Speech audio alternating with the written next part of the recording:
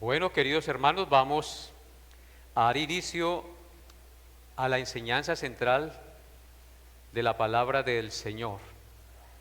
En este domingo, día en que la iglesia se reúne para rendir tributo al que resucitó de los muertos, a Cristo, nuestro glorioso Salvador.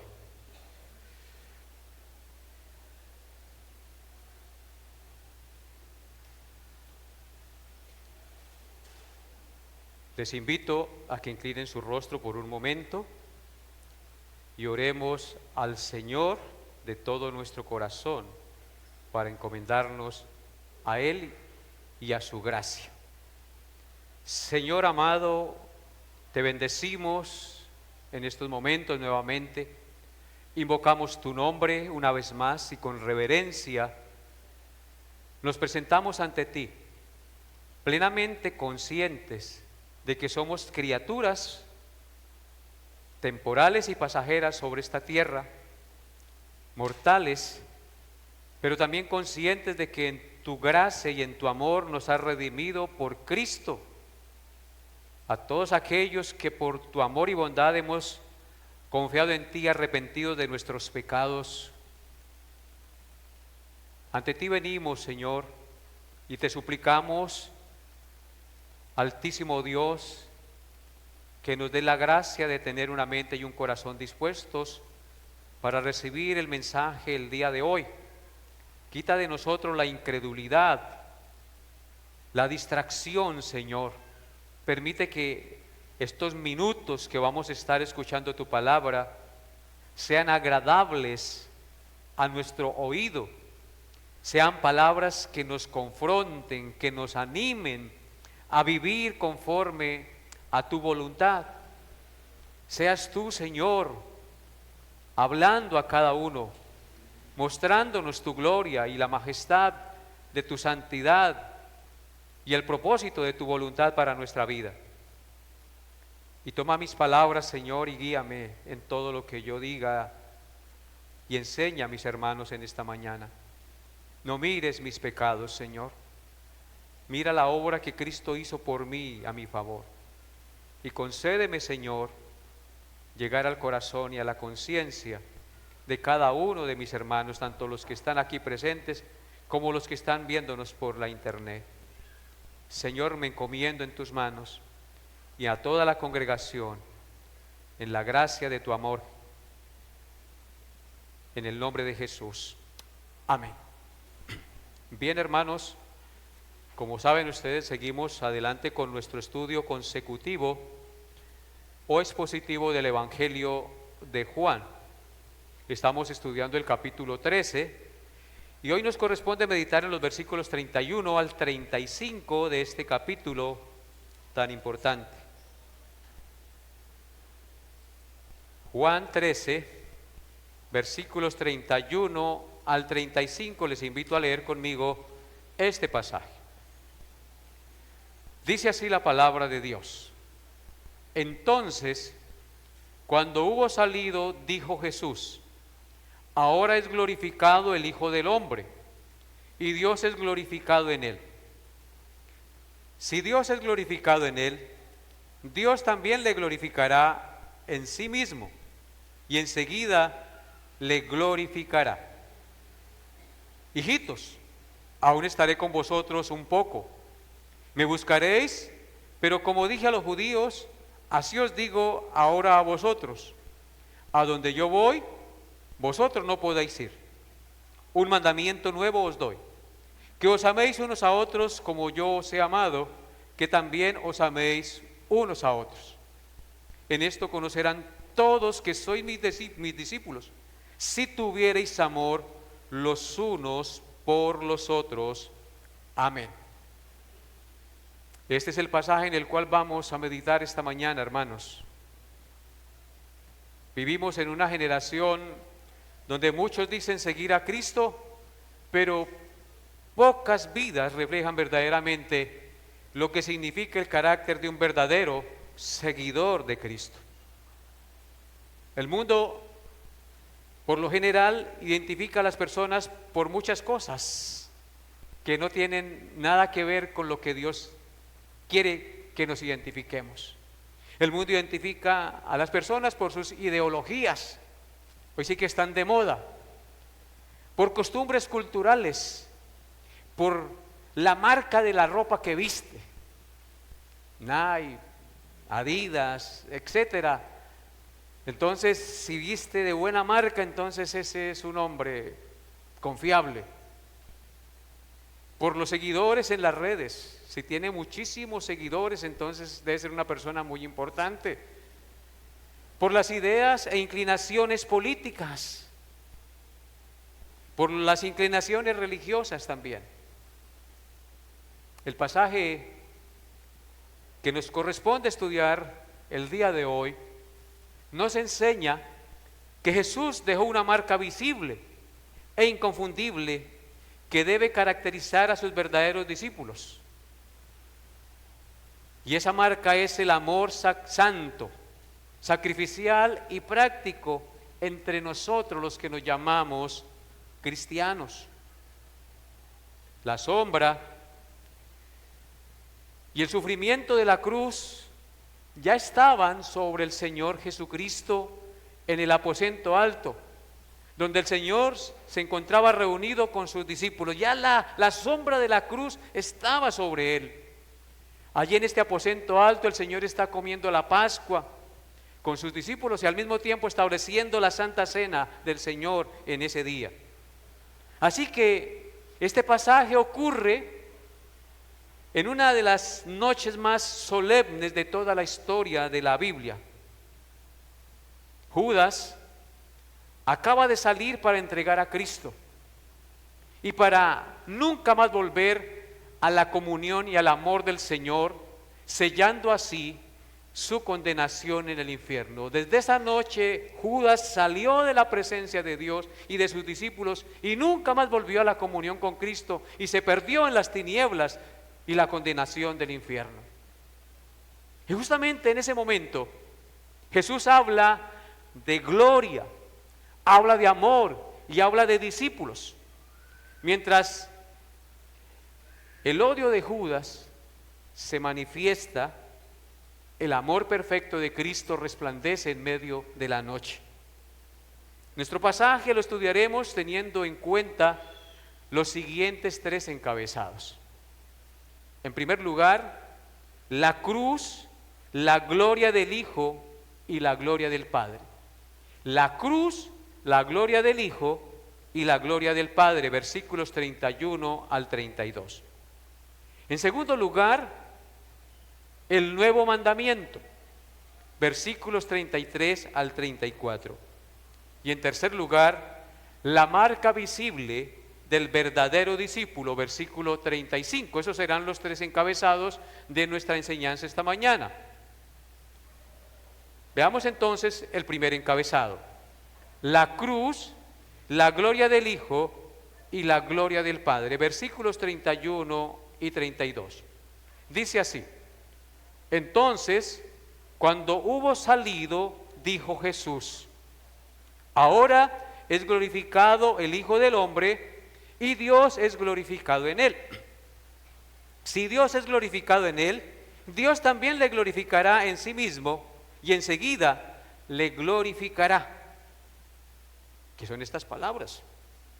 Después de que Judas salió del aposento alto y de la comunión con Cristo y de sus discípulos para llevar a cabo su malvado plan y perderse en las tinieblas de su pecado y la condenación para siempre, el Señor declara: ahora es glorificado el Hijo del Hombre y Dios es glorificado en él. Si Dios es glorificado en él, también le glorificará en sí mismo y enseguida le glorificará. Hermanos, si ustedes observan en estos dos cortos versículos, 5 veces el Señor menciona la palabra glorificado.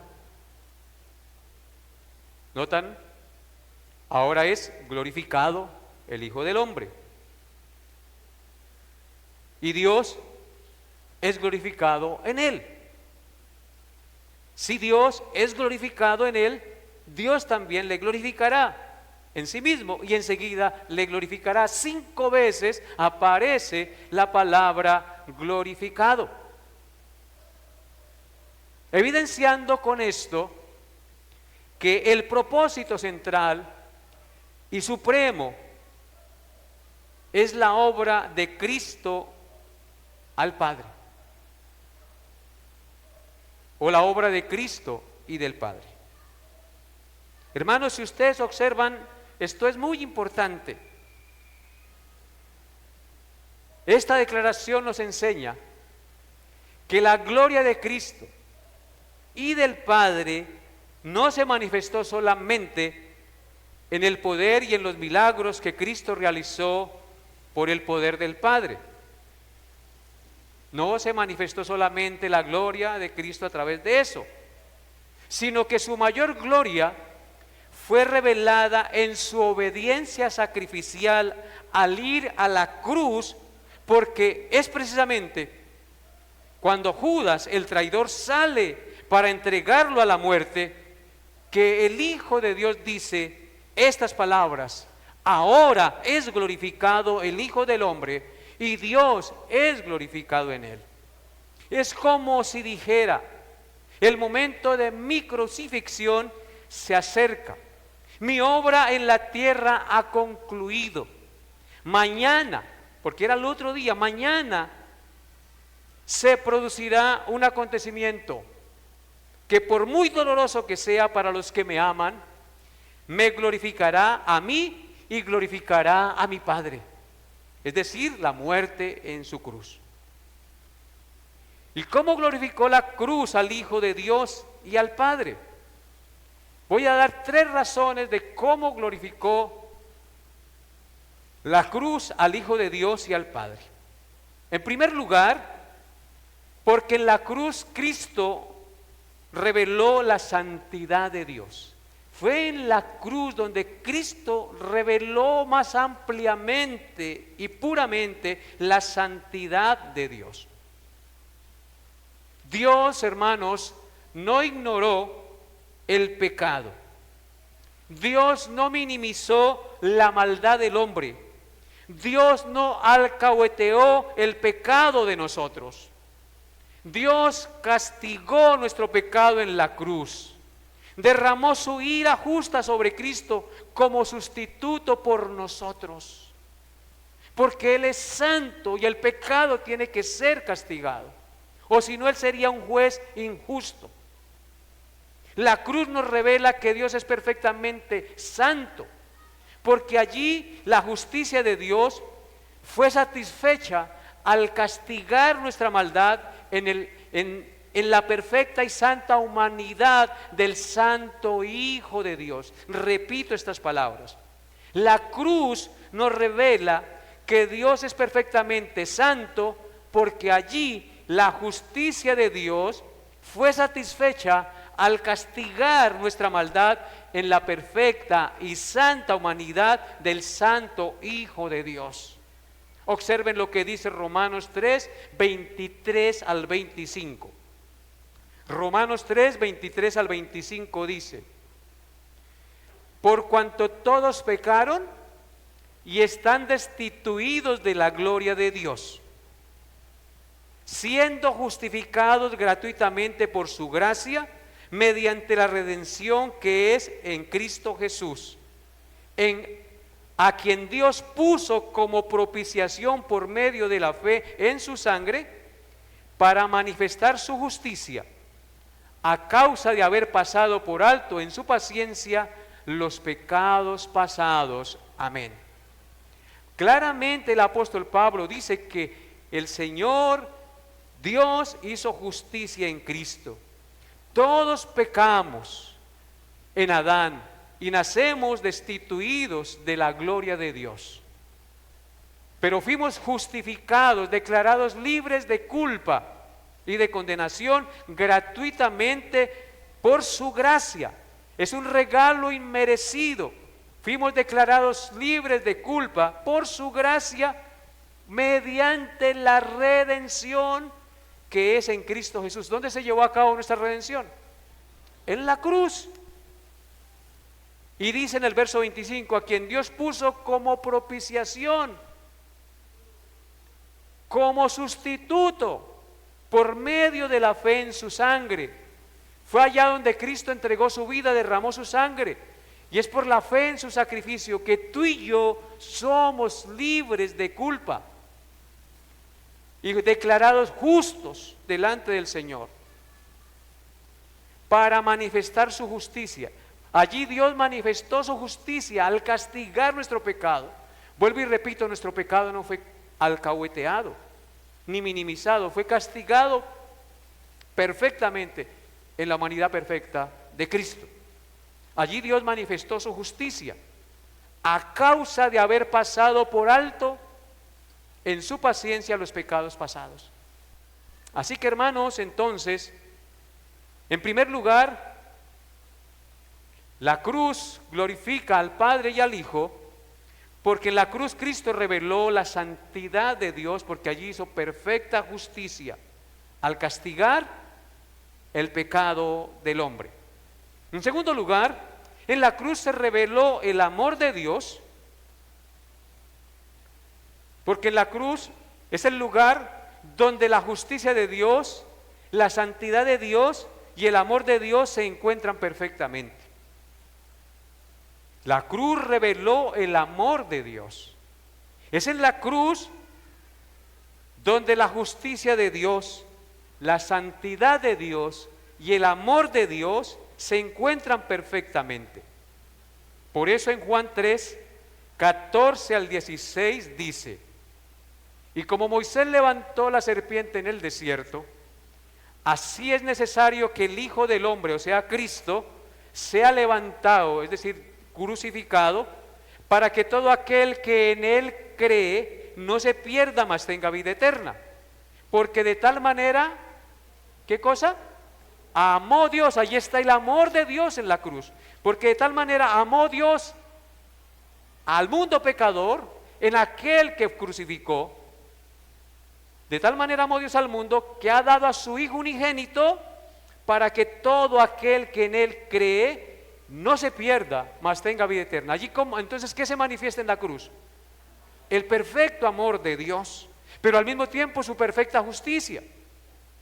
Juan 15:13. Juan 15:13 dice: nadie tiene mayor amor que este, que uno ponga su vida por sus amigos.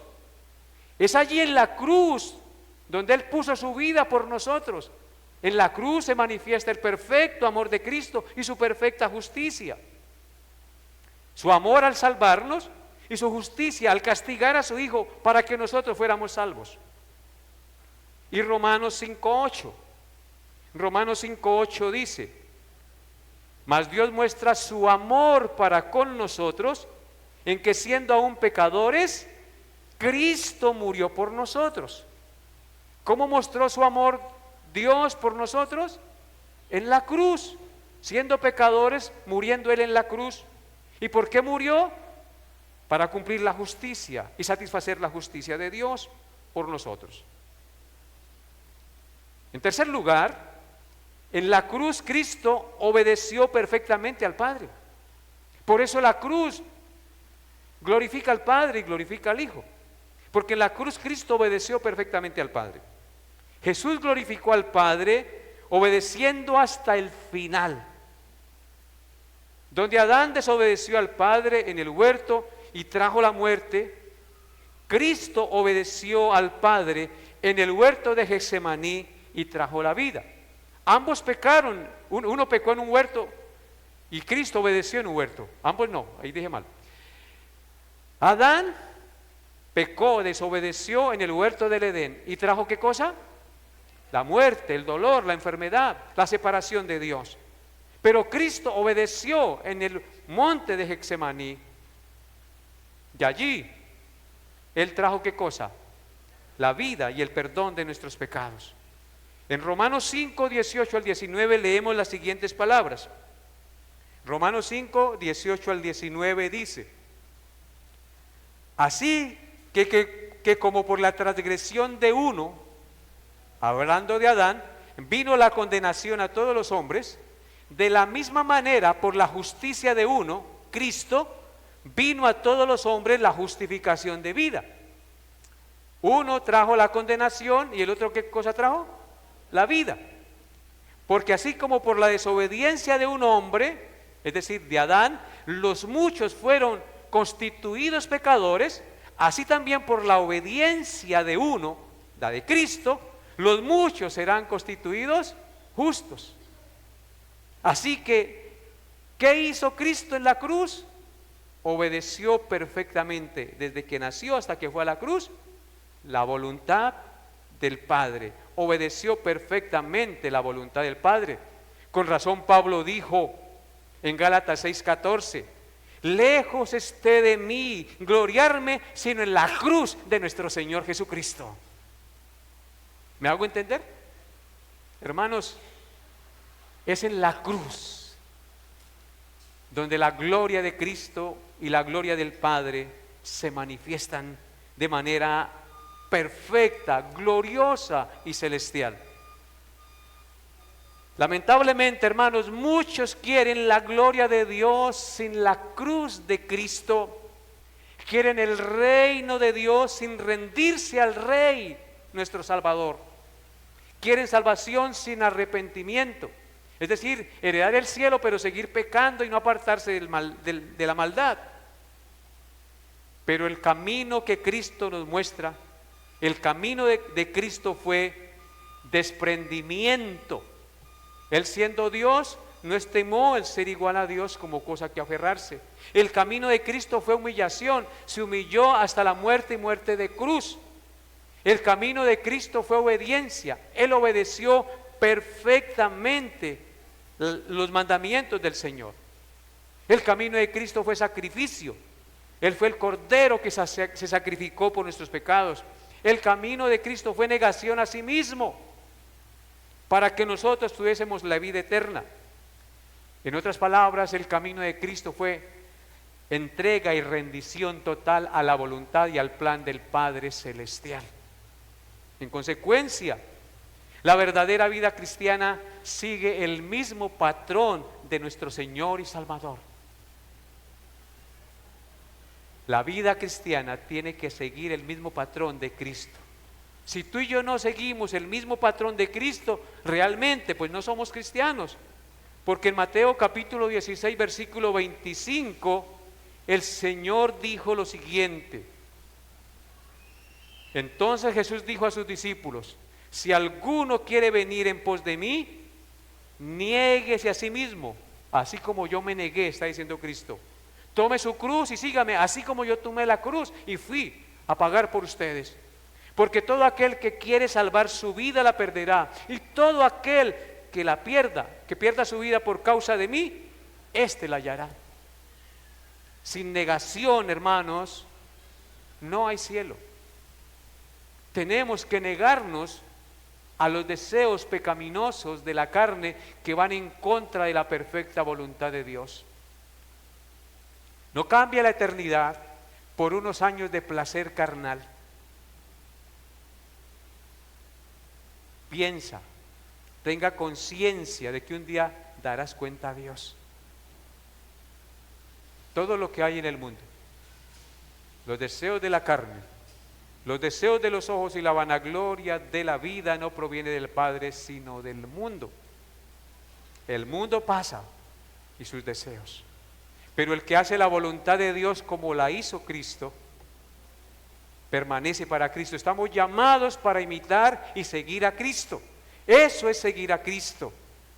En la cruz vemos la gloria del Padre y la gloria del Hijo en el poder del Espíritu Santo. Habiendo considerado nuestro primer punto, la cruz, la gloria del Hijo y la gloria del Padre, ahora meditaremos en nuestro segundo encabezado, el nuevo mandamiento, versículos 33 al 34. Dice la palabra de Dios, Juan 13, 33 al 34. Hijitos, aún estaré con vosotros un poco. Me buscaréis, pero como dije a los judíos, así os digo ahora a vosotros. A donde yo voy, vosotros no podéis ir.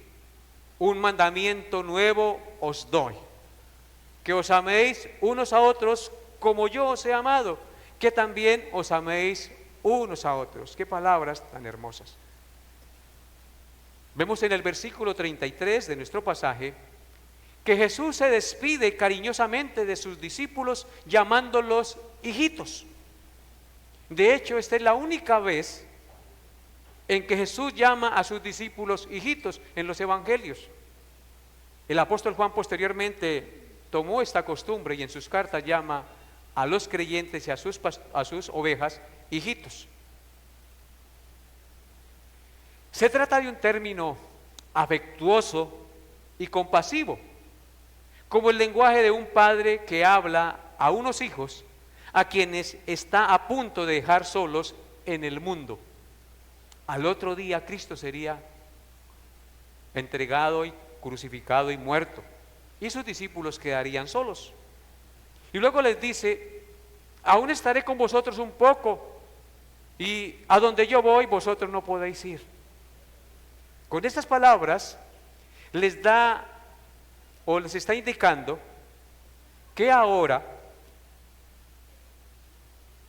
está muy cerca su partida, que su partida está a punto de realizarse, a horas, anunciándoles que no estará más físicamente con ellos, porque pronto partirá de este mundo al Padre Celestial. Podemos decir que es un momento clave en el que en su discurso de despedida prepara a sus seguidores fieles para vivir su fe sin su presencia física en este mundo. Cuando los hijos están apegados a los padres y los padres mueren, tienen que acostumbrarse a vivir sin la presencia física de sus padres, y no es nada fácil, ¿verdad? Y eso es lo que está haciendo aquí el Señor con los discípulos. Los está preparando para que aprendan a vivir su fe en Él sin Él estar presente físicamente. Vivir la fe en Cristo sin su presencia física significa fundamentalmente caminar por fe y no por vista. Es la realidad de nuestra vida cristiana. Y es lo que estamos viviendo hoy. Nosotros estamos aquí reunidos en el nombre de Cristo. No lo vemos, pero creemos que Él existe. Sabemos que es verdad. Caminamos por fe, no por vista.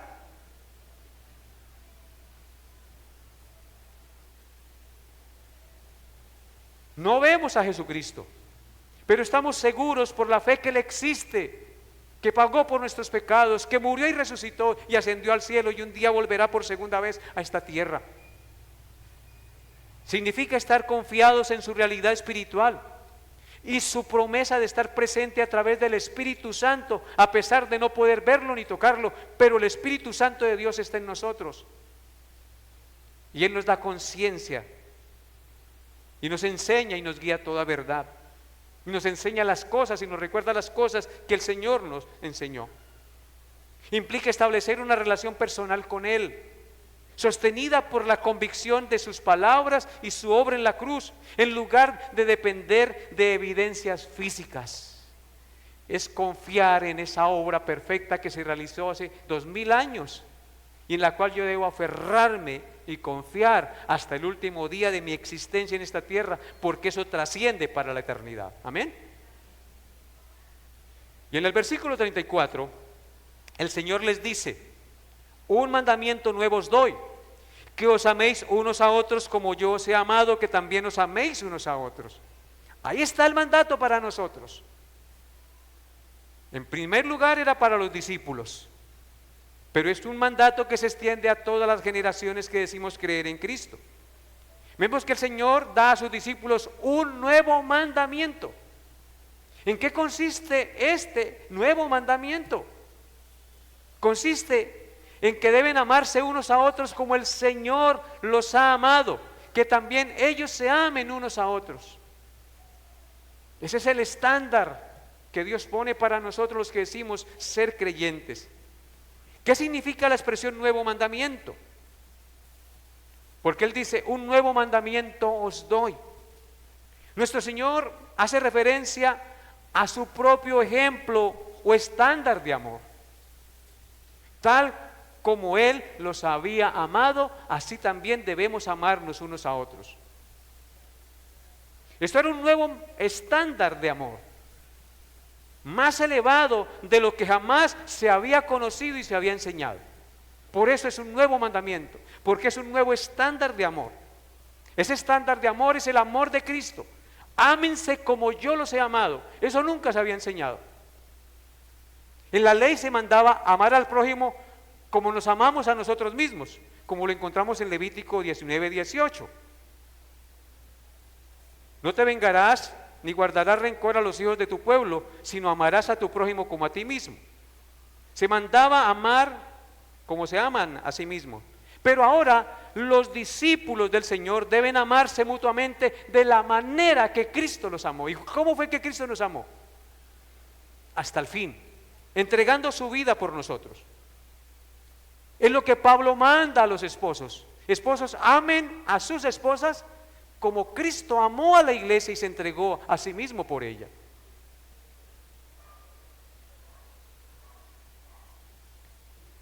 Ahora los discípulos entonces deben amarse mutuamente de la manera que Cristo los amó. En otras palabras, el modelo de amor para los discípulos y para nosotros es el amor de Cristo. Hermanos, aquí se derrumba todo orgullo, toda altivez, toda jactancia. Si tú eres un verdadero cristiano, debes identificarse por amar a tus hermanos de la manera que Cristo los amó. ¿Qué estándar tan elevado? Esto indica que lo nuevo del mandamiento del amor es el modelo del amor, Cristo. La profundidad del amor de Cristo y la medida del amor de Cristo. Ese es el modelo del amor. El modelo del amor de Cristo, la profundidad del amor de Cristo y la medida del amor de Cristo, entregar la vida. ¿Y cómo amó Cristo? Cristo amó con amor sacrificial. En Efesios 5:2 dice: y andad en amor, como también Cristo nos amó y se entregó a sí mismo por nosotros, ofrenda y sacrificio a Dios en olor fragante. Ahí está el nuevo mandamiento. Un amor sacrificial. Así amó Cristo y es de la manera que Cristo nos manda amarnos los unos a los otros. Andad en amor, como también Cristo nos amó y se entregó a sí mismo por nosotros, ofrenda y sacrificio a Dios en olor fragante. Así que, hermanos, el amor bíblico o el amor cristiano no consiste solo en palabras. Uno puede hablar muy bonito, ser un excelente charlatán, pero el amor cristiano no son solo palabras.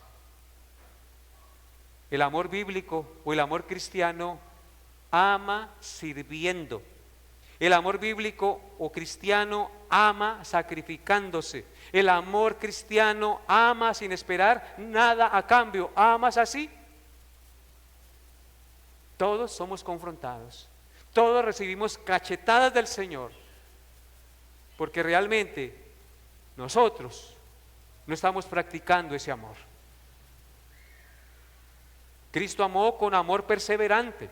No solamente con amor sacrificial, sino con amor perseverante. Antes de la fiesta de la Pascua, sabiendo Jesús que su hora había llegado para que pasase de este mundo al Padre, como había amado a los suyos que estaban en el mundo, los amó hasta el fin. Él nunca dejó de perseverar. Él estaba en el Getsemaní y dijo: Padre, si quieres pasa de mí esta copa, pero no se haga como yo quiero, sino como tú. Perseveró. Y estaba sin fuerzas y vino un ángel y lo fortaleció para que siguiera perseverando. Jesús amó a Pedro. El amor de Jesús es tan perseverante que Jesús amó a Pedro que lo negó 3 veces y lo volvió a restituir al ministerio. Hasta maldijo, yo no conozco, y maldijo, dicen los evangelios, al Señor. Amó a Tomás, aunque dudó de él y dijo, yo no creo hasta que no meta el dedo en la llaga. Amó a sus discípulos, aunque todos lo abandonaron esa noche que él le fue entregado. Amó a Pablo y le salvó, aunque persiguió la iglesia y mató a los cristianos. Lo ama a usted y lo sigue amando a pesar de sus infidelidades y su falta de perseverancia, a pesar de sus hipocresías y sus mentiras, lo sigue amando. A pesar de que tú pones la confianza en el dinero y en otras cosas, te sigue amando, porque el amor de Cristo es perseverante. La obra que Él comienza la perfecciona, y si tiene que pasarte por cosas difíciles, te pasará.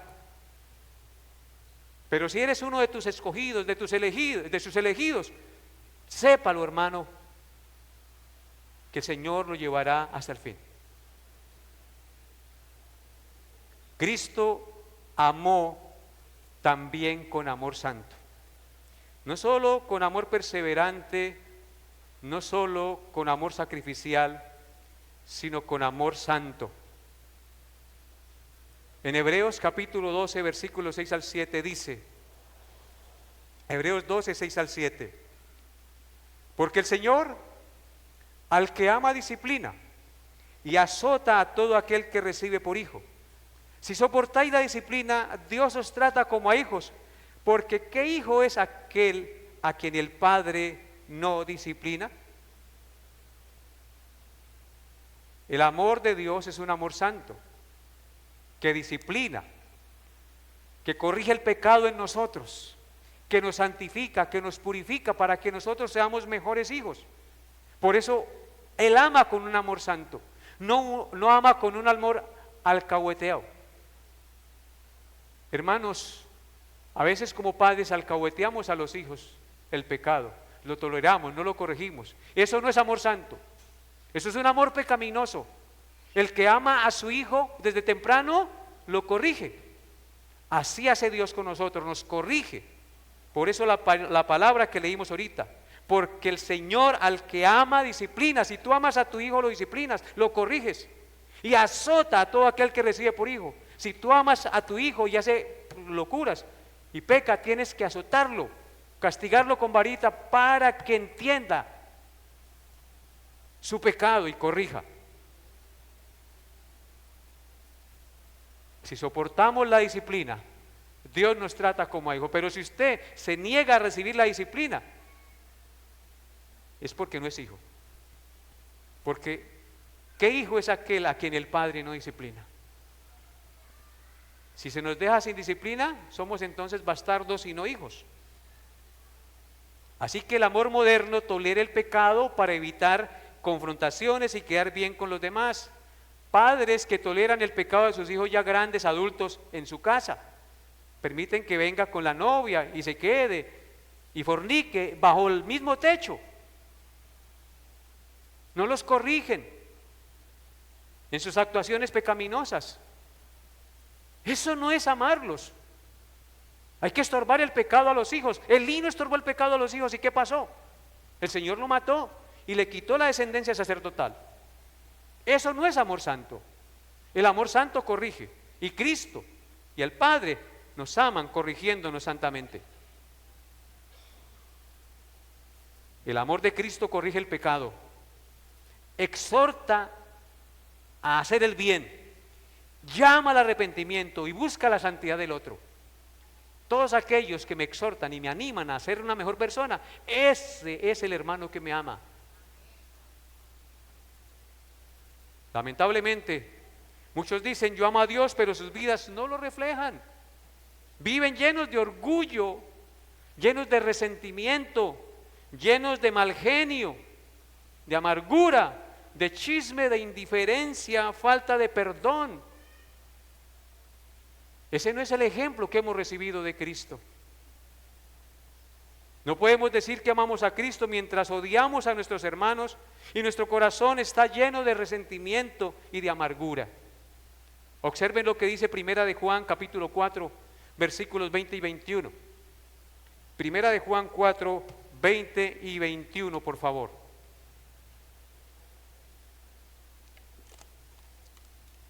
Dice así la palabra de Dios. ¿Ya están ubicaditos, hermanos? Primera de Juan 4, 20 y 21. Si alguno dice, yo amo a Dios y aborrece a su hermano, es mentiroso.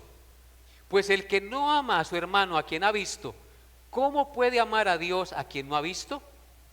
Y nosotros tenemos este mandamiento de él: el que ama a Dios, ame también a su hermano. Es una incoherencia decir que amamos a Dios si nos aborrecemos los unos a los otros, si nos comemos los unos a los otros, si murmuramos los unos de los otros. Eso no es reflejar el amor que Cristo, el nuevo mandamiento que Él nos ha mandado o que nos ha dado. Nosotros tenemos este mandamiento, dice el versículo 21, el que ama a Dios, ame también a su hermano. Primera de Juan 3, 14 al 15, es aún más contundente y confrontador. Primera de Juan 3, 14 al 15. Nosotros sabemos que hemos pasado de muerte a vida, es decir, que hemos nacido de nuevo, que tenemos el Espíritu Santo, que fuimos perdonados. Nosotros sabemos que hemos pasado de muerte a vida, en que amamos a los hermanos. El que no ama a su hermano permanece en muerte. Por eso Cristo dice, en esto conocerán todos que soy mis discípulos.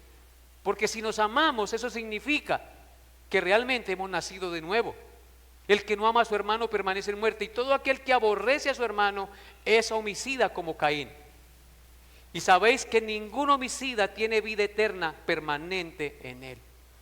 Palabras que nos confrontan, palabras que nos llevan a autoexaminarnos si realmente el amor que yo muestro por mi hermano es sincero, es real, o simplemente es hipocresía y apariencia. Cristo nos confronta, hermanos. Yo no estoy inventando nada aquí, y llevo el Evangelio de Juan versículo a versículo, capítulo a capítulo, y eso es lo que enseña la palabra de Dios. Lamentablemente a muchos no les gusta esta enseñanza y salen volando, porque ellos quieren escuchar otra cosa, otra música, sirenas, canto de sirenas que los alejan de la verdad. La palabra de Dios es clara, es contundente, es fuerte, pero produce fruto, produce realmente vida. ¿De qué nos sirve tener llena una iglesia con una cantidad de gente engañada, sin conciencia de pecado, sin conciencia de santidad, sin conciencia de lo que dice realmente la Biblia? ¿De qué sirve? Guías de ciegos guiando a otros ciegos, y cuando un ciego guía a otro ciego, ambos caerán en el hoyo, de donde nunca saldrán. Habiendo considerado el segundo punto, el nuevo mandamiento, ahora consideraremos el tercer punto, la marca visible del verdadero discípulo. Versículo 35, es solo un versículo. En esto conocerán todos que sois mis discípulos, si tuvierais amor los unos por los otros. Ya hablé un poco de esto en el punto anterior, pero aquí vemos y podemos entender que una marca es algo que identifica o hace conocido a algo o a alguien. Jesús nos dijo que nos conocerían por los templos lujosos, por la música y el grupo de alabanza que tengamos, por las redes sociales y los seguidores que tengamos. Eso es bueno, hay que tenerlo, yo no estoy en contra de eso. Pero no dijo que nos conocerían por eso, ni por las emociones religiosas que yo manifieste levantando las manos y saltando y sintiendo que estoy volando. Jesús no dijo que nos conocerían por eso. Jesús dijo que nos conocerían si tuviéramos amor los unos por los otros. Así es sencillo. El amor cristiano es apologética sin palabras. ¿Qué es la apologética? Es la defensa de la fe en contra de las herejías. Uno hace apologética cuando defiende la fe que cree. Es la defensa de la fe, de las convicciones que tenemos cuando hay falsas doctrinas, y entonces nosotros apelamos a la palabra de Dios y con la misma palabra de Dios derribamos esos argumentos que se levantan contra la sana enseñanza. Así que el amor cristiano es apologética sin palabras. El mundo puede debatir y cuestionar doctrinas, puede rechazar sermones, puede burlarse de la fe que profesamos, pero un amor genuino, santo y sacrificial es una evidencia poderosa del Evangelio que nadie puede negar. El amor es la carta de presentación del creyente para el mundo exterior. Nosotros debemos venir a la iglesia con amor, porque es el amor de Cristo que está en nuestro corazón. Por eso el amor es la carta de presentación del creyente para el mundo exterior. La mayor evidencia de que alguien pertenece a Jesús no es solamente su conocimiento teológico o sus palabras, sino la unidad y el afecto genuino que demuestre hacia sus hermanos en la fe. La iglesia primitiva impactó al mundo porque vivía en comunión con Cristo y los unos para con los otros.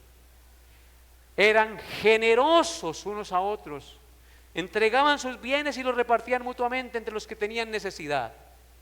Eran unidos, se servían unos a otros, tenían un amor sincero e impactó el mundo grandemente.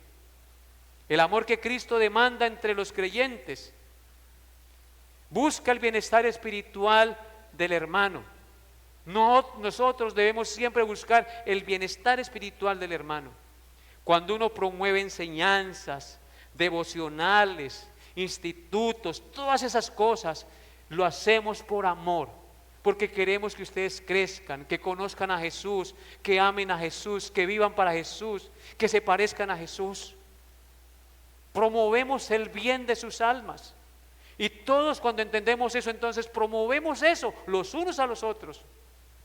Por eso cuando usted rechaza el bien para su alma, los estudios y todo aquello que te permite crecer, amar y servir al Señor, estás siendo insensato. No estás entendiendo el amor de Dios, ni te estás capacitando para poder amar y servir a otros. Así que debemos buscar el bien espiritual del hermano, no solo su comodidad emocional. El amor cristiano busca que el hermano se edifique, se aparte del pecado y viva en amor y obediencia a su palabra.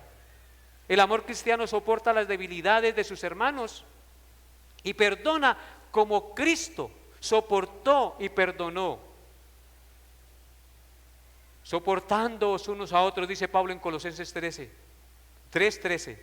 Soportándoos unos a otros y perdonándoos unos a otros, si alguno tuviere queja contra otro, de la manera que Cristo os perdonó, así también hacedlo vosotros. Hermanos, no podemos convivir como hermanos si no ponemos en práctica el Evangelio. De la manera que Cristo me perdonó, yo debo perdonar. De la manera que Cristo me soportó, yo debo soportar a mi hermano.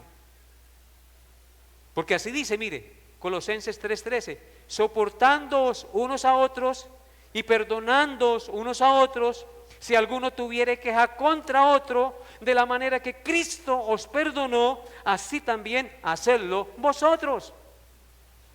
Ese es amar, eso es amarnos los unos a los otros, eso es vivir el nuevo mandamiento. El amor cristiano sirve humildemente. Sirve humildemente. En primer lugar, busca el bienestar espiritual del hermano. En segundo lugar, el amor cristiano soporta las debilidades de sus hermanos y perdona como Cristo soportó y perdonó. Y en tercer lugar, el amor cristiano sirve humildemente. Recordemos que Jesús, en este contexto de San Juan 13, acababa de lavar los pies de sus discípulos, enseñándoles con esto que el amor bíblico no busca posición, busca servir con amor, busca servir con humildad, porque el mismo Señor no vino para ser servido, sino para servir y dar su vida en rescate por muchos. Siendo Él el Rey del universo, el Creador, el que merece toda la gloria y la honra, se humilló y se hizo como uno de nosotros y lavó los pies empolvados y sucios de sus apóstoles, enseñándoles servicio de humildad. Hermano, una iglesia puede tener un templo muy bonito, buena doctrina, una banda espectacular de música, puede tener buena doctrina,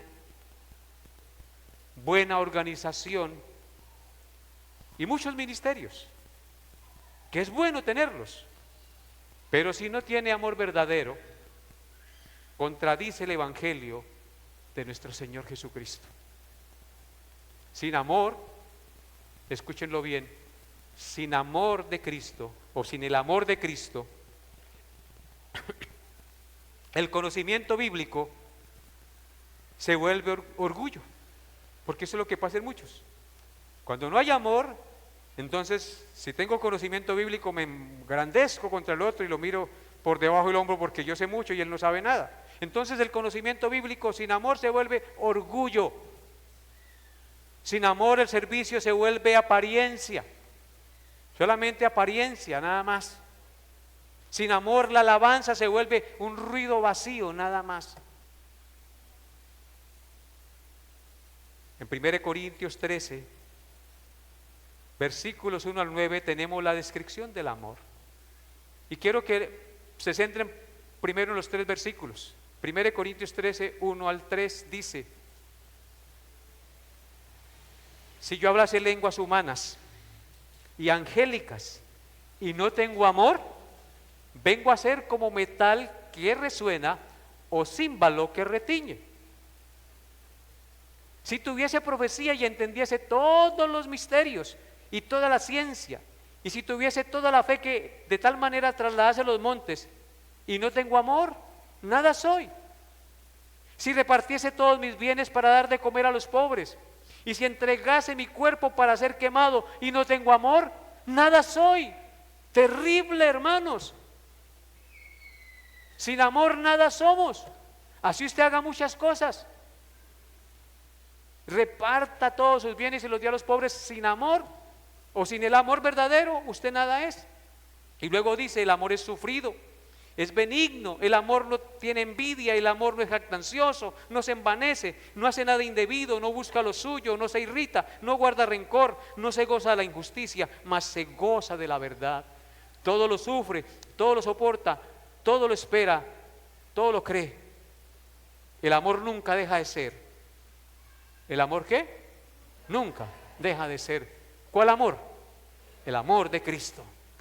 No el amor humano que nosotros nos profesamos, no el amor pasional que no tiene el baño de la sangre de Cristo.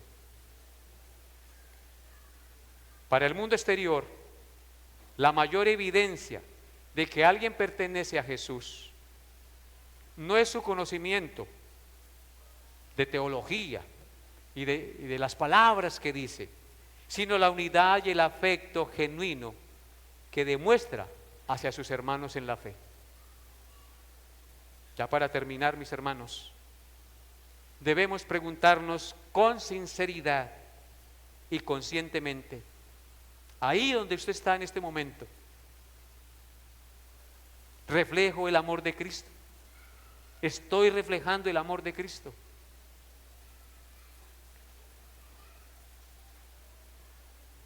¿Cómo, pastor? ¿Estoy reflejando el amor de Cristo? Sí. Entonces, ¿eres rápido para perdonar? Si reflejas el amor de Cristo, si te ofenden, inmediatamente eres rápido para perdonar. Pero si no eres rápido para perdonar, no estás reflejando el amor de Cristo. Hágase otra pregunta: ¿estoy sirviendo de corazón o solo exigiendo? Hágase otra pregunta: ¿amo a los hermanos solo cuando me benefician?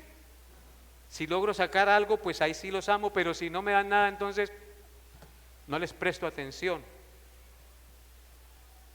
Hágase otra pregunta, ¿estoy causando división en la congregación? ¿En la misma familia estoy causando división o procuro la unidad? Hágase otra pregunta, ¿reflejo en el hogar el amor de Cristo? ¿Estás reflejando el amor de Cristo en tu hogar? El esposo amando a su esposa como Cristo amó a la iglesia y la esposa sometiéndose al esposo que la ama como Cristo.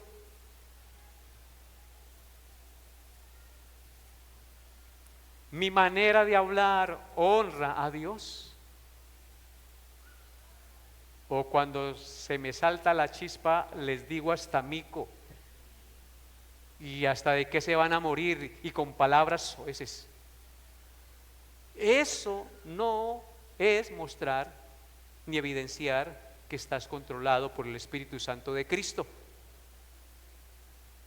Mi manera de tratar a mi cónyuge refleja el amor de Cristo. Son preguntas que quedan ahí en nuestros oídos, en nuestra conciencia. Oremos al Señor. Señor, mi oración es corta en estos momentos. Humildemente te pedimos, Señor, ayúdanos a reflejar tu amor los unos por los otros, mi Señor, y perdónanos todas nuestras ofensas que cometemos contra ti. Lávanos y límpianos de nuestra maldad.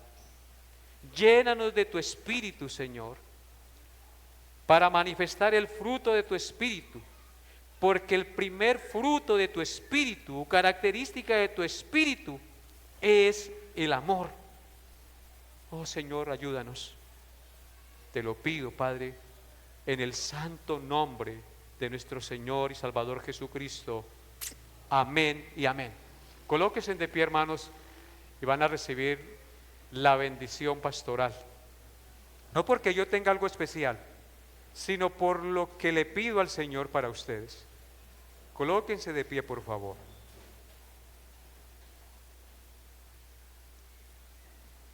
Que la paz de Dios, que sobrepasa todo entendimiento, guarde sus corazones y sus pensamientos en Cristo Jesús. Y el pueblo de Dios dice, amén. Dios los lleve en su paz, hermanos, y los guarde durante la semana. Salúdense unos a otros y no olviden los caballeros.